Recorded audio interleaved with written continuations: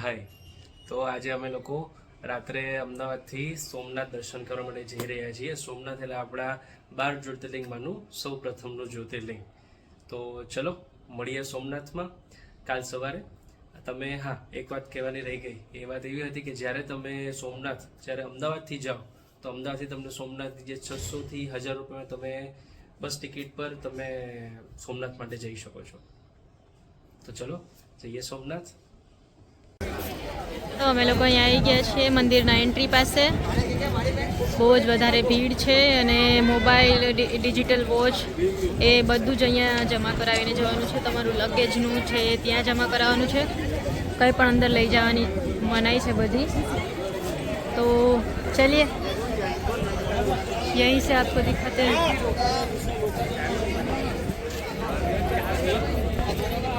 सोमनाथ ज्योतिर्लिंग.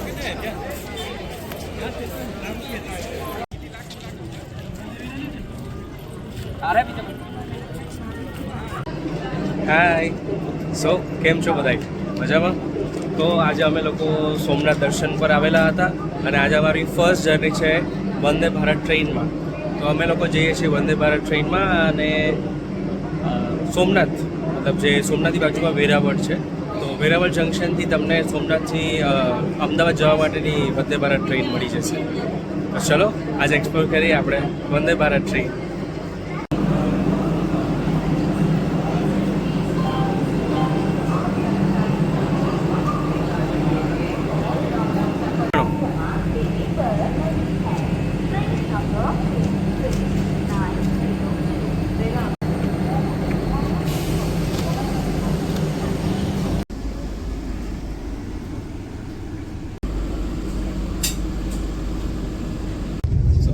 અમે લોકો વંદે ભારતમાં અમારી સીટ પર બેસી ગયા છીએ અને welcome the times of India newspaper સાથે અને એક વોટર બોટલ પણ તમને વંદે ભારતમાં પ્રોવાઈડ કરવામાં આવે છે. સો યસ, હવે નેક્સ્ટ સ્ટેશન છે જુનાગઢ.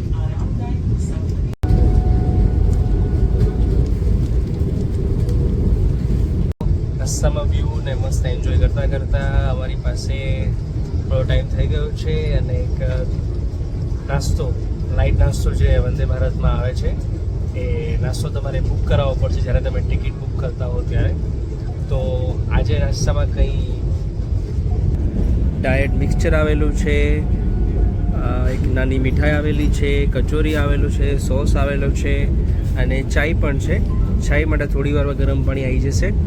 તો આ નાઇટ નાસ્તો આપણે કરીએ.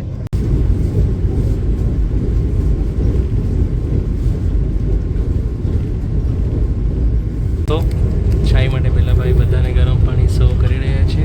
અમારી સીટમાં બી ગરમ પાણી આવી ગયું છે. ગરમ પાણીમાં આપણે જે ટી પાવડર છે એ ટી પાવડર એડ કરીએ એટલે મસ્ત ગરમા ગરમ ચાય બની જશે.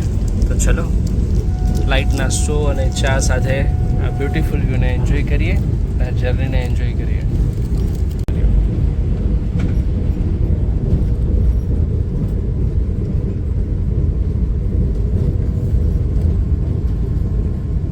તો દોસ્તો અમે લોકો અમારા ડેસ્ટિનેશન પર પહોંચી ગયા, જે અમે ટિકિટ બુક કરી હતી વેરાવળથી રાજકોટ. તો રાજકોટ જંકશન પર અમે ઉતરી ગયા છીએ. આજે અમારો થોડો પ્લાનિંગ ચેન્જ થઈ ગયો. આજે અમે લોકો ઘરે જામનગર જઈએ છીએ. તો અમારી ટ્રેન જામનગર અનફોર્ચ્યુનેટ નથી જતી, પણ એ જાય છે અમદાવાદ. તો ચલો મળીએ નેક્સ્ટ બ્લોગમાં. તો ગાઈઝ અમે લોકો આજે ચોટીલાના ડુંગર પર જે માતાજી બિરાજમાન છે, ચામુંડા માતાજી, અમે એમના દર્શનાર્થે આવ્યા છીએ. ગઈકાલે અમે લોકો જામનગર ઘરે ગયા હતા અને આજે ઘરેથી પછી નીકળી ગયા અમદાવાદ જવા માટે. તો રસ્તામાં માતાજીના દર્શન કરતા જઈએ. તો ચલો આજે દર્શન કરીએ ચોટીલા માતાજીના.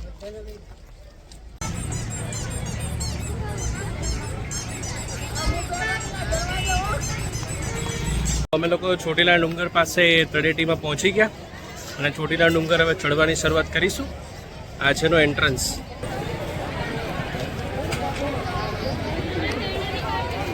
અહીંયા બાજુમાં જ ચંડી ચામુંડા માતાજીનું મંદિર છે જે ગ્રાઉન્ડ ફ્લોરમાં છે. આ જૂનું મંદિર છે. એક હાલમાં જ નવું મંદિર પણ બનેલું છે, એના પણ હું તમને દર્શન કરાવીશ.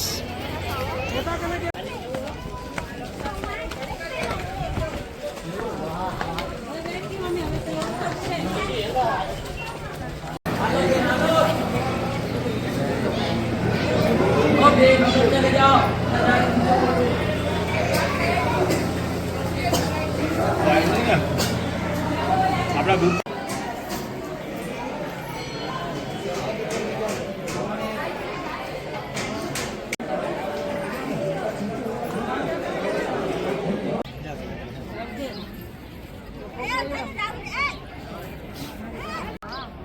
चलो साइड में आओ ये बाजी था भाई તમે બાજી હતા ને પતી ગયું તમાર તો જય ચામુંડા માતાજી. અમે લોકોએ મસ્ત દર્શન કરી લીધા છે. ઓલમોસ્ટ 10-15 મિનિટ જેવો ટાઈમ લાગશે તમને પર્વત ચડવા માટે. થોડા પગથિયા અઘરા છે અને સ્ટેડી ટાઈપના છે, મતલબ સીધા કરા પગથિયા ગુજરાતીમાં જેને કહેવાય ને એવા પગથિયા. તો થોડું છેલ્લે ડિફિકલ્ટ લાગશે, પણ સરસ દર્શન સવારે ખુલ્લા જ રહેશે અને સવારથી સાંજ સુધી ખુલ્લા જ રહેશે, એટલે તમને દર્શનના ટાઈમિંગ્સમાં કોઈ વાંધો નહીં આવે. આ પર્વત પર આવો ત્યાર પછી જે મંદિરનું પટાંગણ કહેવાય એ આ ટાઈપનું રહેશે.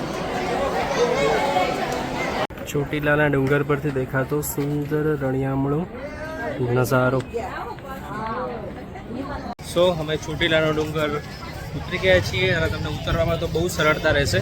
ચડવામાં થોડું ડિફિકલ્ટ છે, પણ ઉતરવામાં એટલું તમને ડિફિકલ્ટ નહીં લાગે. અને ચલો પછી અમદાવાદ માટે પણ નીકળવાનું છે, તો મળીએ નેક્સ્ટ વિઝિટ પર. સો હું જે ચામુંડા માતાજીનું નવું મંદિર બન્યું છે એની વાત કરતો હતો, એ આ મંદિર છે. આ મંદિર હમણાં જ બનાવેલું છે, ન્યૂલી ઓપન્ડ જ થયું છે. અને જોડે જોડે કેવું છે, કોઈ ફ્રેન્ડ્સ જે ઉપર પર્વત ના ચડી શકતા હોય તો એ માતાજીના અહીંયા નીચે દર્શન કરી શકે છે. હમણાં જ માતાજીની નીચે પર્વતની નીચે અહીંયા સ્થાપના કરી છે.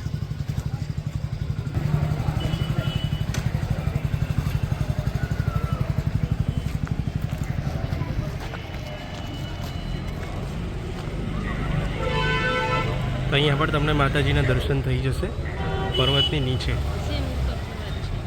સેમ ટુ સેમ ઉપર જેવા દર્શન માતાજી અહીંયા પણ આપી રહ્યા છે.